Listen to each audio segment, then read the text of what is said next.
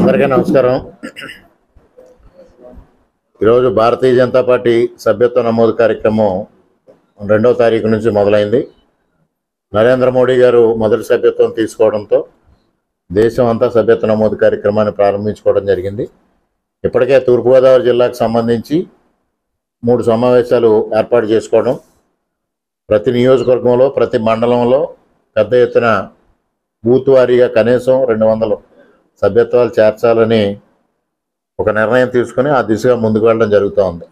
ముఖ్యంగా అనపర్తి నియోజకవర్గంలో ఇవాళ భారతీయ జనతా పార్టీ శాసనసభ్యుడిగా నేనున్న నేపథ్యంలో ప్రతి గ్రామంలోని బీజేపీకి పెద్ద ఎత్తున సభ్యులను చేర్పించాలనే లక్ష్యంతో ఈరోజు సమావేశం ఏర్పాటు చేసుకోవడం జరిగింది.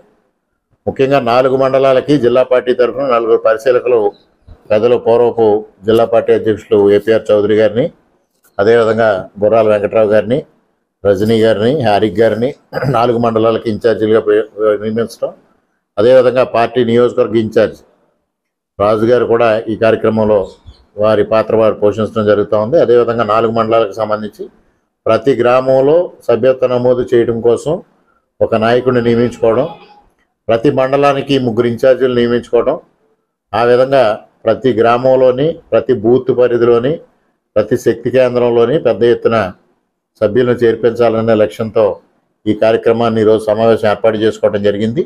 పార్టీ ఏదైతే నిర్దేశించిందో ఆ లక్ష్యాన్ని చేరుకునే విధంగా భారతీయ జనతా పార్టీలో సభ్యులను చేర్పించాలి.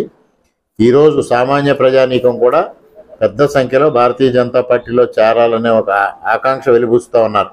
ఎందుకంటే గత 10 సంవత్సరాలుగా నరేంద్ర మోడీ గారి నాయకత్వంలో భారతదేశం ఏ విధంగా అభివృద్ధిలో పురోగమిస్తూ ఉందో, అటు ఆర్థికంగా కానీ రక్షణ రంగంలో కానీ భారతదేశం ఒక శక్తివంతమైన దేశంగా రూపొందించడంలో నరేంద్ర మోడీ గారి నాయకత్వం విజయవంతంగా జరిగిన నేపథ్యంలో ప్రతి ఒక్కరూ కూడా భారతీయ జనతా పార్టీలో చేరాలనే ఆకాంక్షను వెలిపిస్తూ ఉన్నారు. ఇప్పుడు మేము ప్రధానంగా తీసుకున్నది ప్రతి ఇంటికి వెళ్ళాలి, ఇంటింటికి తిరిగి భారతీయ జనతా పార్టీ యొక్క ఆశయాల్ని లక్ష్యాలని వివరించి తద్వారా భారతీయ జనతా పార్టీలో సభ్యులను చేర్పించే విధానానికి నాంది పలకాలని ఈ సమావేశంలో నిర్ణయం తీసుకోవడం జరిగింది. ఆ దిశగా ప్రతి ఒక్కరూ కూడా కృషి చేసే విధంగా ఇవాళ ఈ సమావేశం యొక్క ముఖ్య నిర్ణయం.